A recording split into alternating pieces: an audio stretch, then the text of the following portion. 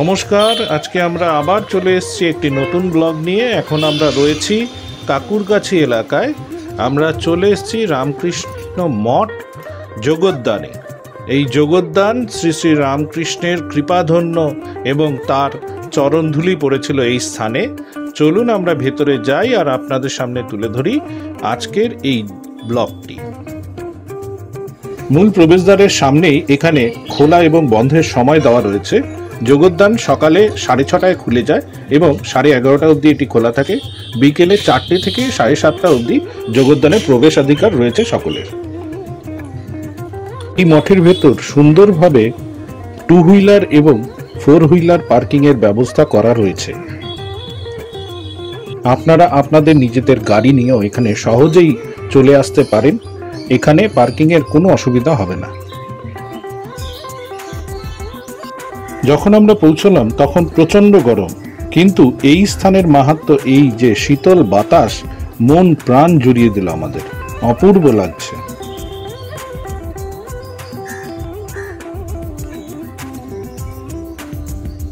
Office ঘর থেকে প্রথমেই আমাদের ভোগের টিকিট সংগ্রহ করতে হবে। তারপর এই পুরো এলাকাটি আপনাদের ঘুরে দেখাচ্ছি আর জানাচ্ছি ডিটেল ইতিহাস। চলুন এগোই।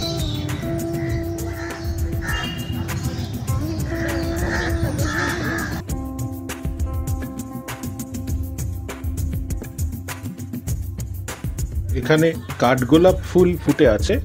অপূর্ব লাগছে এই জায়গাটি। এখানে পুরুষদের শৌচাগার, সুন্দর ব্যবস্থা। এখানে মহিলাদের, এখানে জুতো ঘর রয়েছে। তবে আমরা অফিসে যাব, সেই জন্য আমরা এখানে জুতো ছাড়ছি না।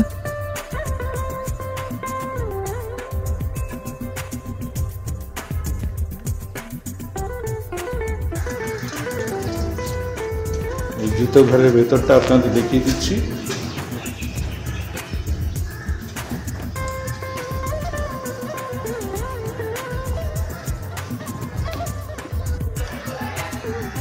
এটি বিবেকানন্দ বালক সংঘ।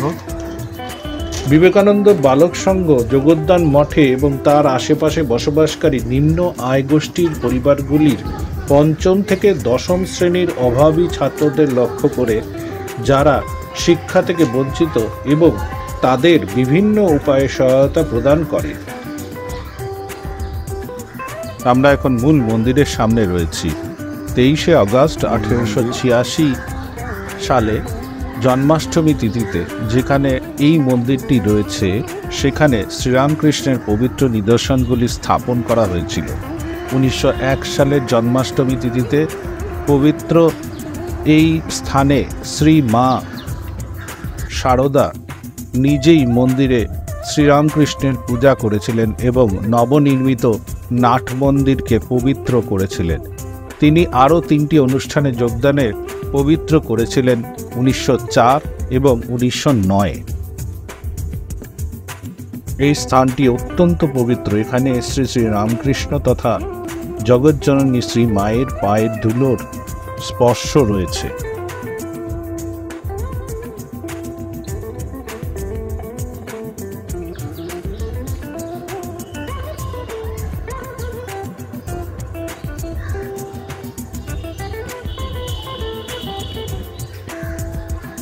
সুন্দর ফুলে ফুলে সাজানো ছোট্ট এই বাগান,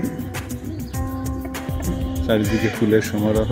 সুন্দর পরিচর্যা করা হয় এইসব টব এবং এই গাছগুলি।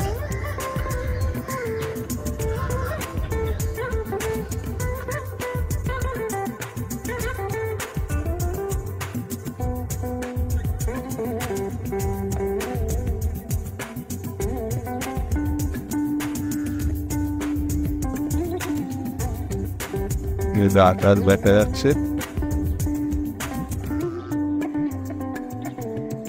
কলকাতার মধ্যেই ছোট্ট গ্রাম্য পরিবেশ তৈরি করা। চলুন আমরা প্রথমে অফিস ঘরে যাই, অফিস ঘরে গিয়ে কুপনটি সংগ্রহ করে নিই, আর তারপরে আপনাদের আরো দেখাচ্ছি অফিস, মঠের অফিস। সুন্দর সাজানো গোছানো অফিস। যোগদানের অফিস ঘরগুলি খুবই সুন্দর এবং প্রচণ্ড পরিষ্কার পরিচ্ছন্ন, দেখে ভীষণ ভালো লাগলো। যোগদানের এই অফিস ঘরটি সত্যি চমকে দেওয়ার মতো। কোনো মঠের অফিস ঘর যে এত পরিষ্কার পরিচ্ছন্ন এবং সুসজ্জিত হতে পারে, না দেখলে সত্যি বিশ্বাস করা মুশকিল। আমাদের ভীষণ ভালো লাগলো। এটি অফিস ঘর। অফিস ঘর থেকে আমরা, এখানে সেরকম কোনো কুপন মূল্য নেই, আমরা এই ডোনেশন দিয়ে দিয়েছি। এই ডোনেশনের মাধ্যমে এখানে কুপন দেওয়া হয় ভোগ প্রসাদের।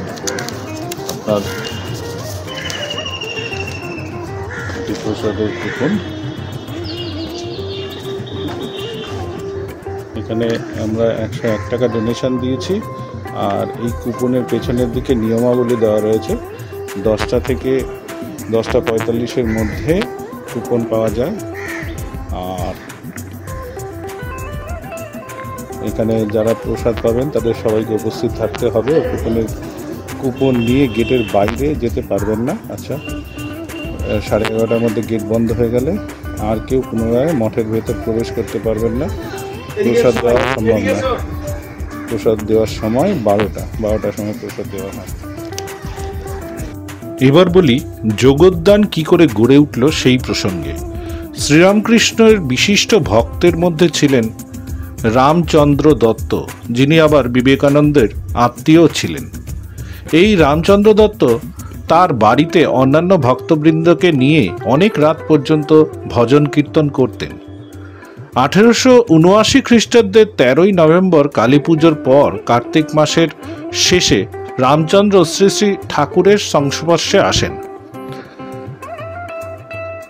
তিনি ঠাকুরের পরম ভক্ত হয়ে পড়েন। রামচন্দ্র দত্ত পেশায় কলকাতা মেডিকেল কলেজের রাসায়নিক ছিলেন। তার আবিষ্কৃত কুরসিন দেশ বিদেশে বিশেষভাবে সমাদৃত হয়। এই রামচন্দ্র দত্তের বাড়ি ছিল কলকাতার সিমলাপল্লীর মধুরায়ের গলিতে। রামচন্দ্র দত্ত একান্তভাবে ঠাকুরের ভাব প্রচারে মনোনিবেশ করেছিলেন।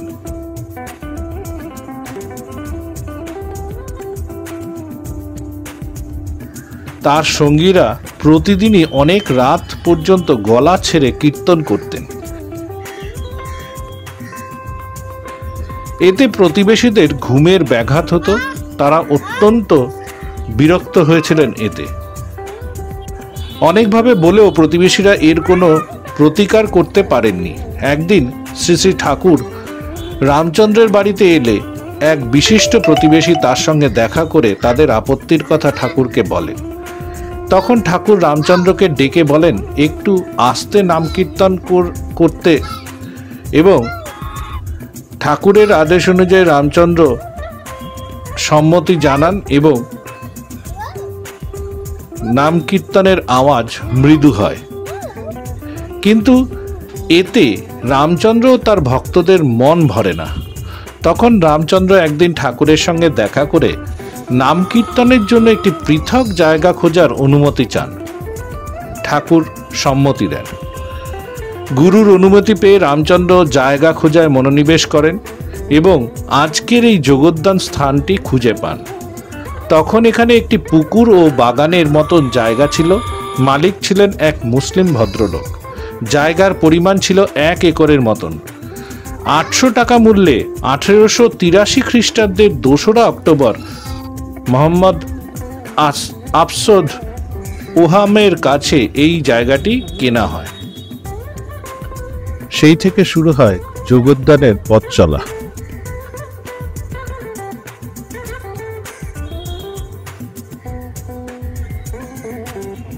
26শে ডিসেম্বর 1883 সালে যখন শ্রী শ্রী ঠাকুর রামকৃষ্ণদেব এই স্থানে আসেন, তখন তিনি এই পুকুরে গিয়ে পা ধুয়েছিলেন এবং আজলা করে এই পুকুরের জল পান করে তৃপ্ত হয়েছিলেন। তাই এই পুকুরটি অত্যন্ত পবিত্র বলে মানা হয়।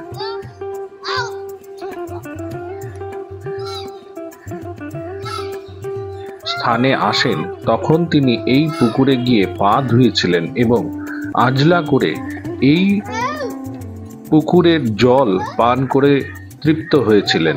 তাই এই পুকুরটি অত্যন্ত পবিত্র বলে মানা হয়। এই পুকুরটিকে নাম দেওয়া হয় রামকৃষ্ণ কুণ্ড। পুকুরের দক্ষিণ দিকে একটি অস্থায়ী ঘর ছিল, পরবর্তীকালে যাকে স্থায়ী করা হয়। এই ঘরে স্বয়ং ঠাকুর বসে তার ভক্তদের সঙ্গে আলোচনা করেছিলেন ধর্মের, আর এই ঘরটিকে বলেছিলেন ঠাকুর ঘর এবং এই স্থানের নাম তিনি রেখেছিলেন জগদ্দান।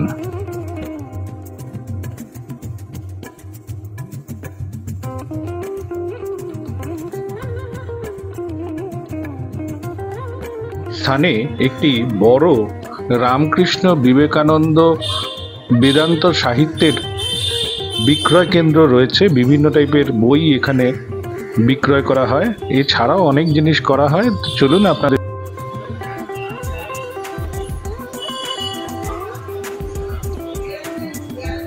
শ্রীরামকৃষ্ণের ছবি, সারদা মায়ের ছবি ও বিবেকানন্দর ছবি ছাড়াও মূর্তি এখান থেকে সংগ্রহ করে নিতে পারেন আপনারা। প্রচুর বইয়ের সমারোহ এখানে, আপনারা ঘুরে দেখতে পারেন। পুরো এলাকাটি অপূর্ব লাগবে।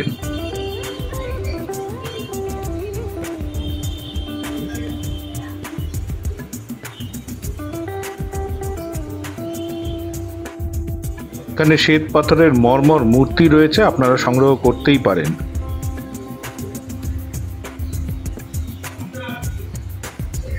এখানে বিভিন্ন টাইপের চাবির রিং রয়েছে, যেখানে ঠাকুরের ছবি রয়েছে, আপনারা এগুলো সংগ্রহ করতে পারেন। এছাড়া রয়েছে রুদ্রাক্ষ, প্রচুর ধরনের রুদ্রাক্ষ এখানে রয়েছে। এখানে একটি চ্যারিটেবল ডিসপেন্সারি করা বিশাল আকারে, সত্যি একটি শুভ উদ্যোগ।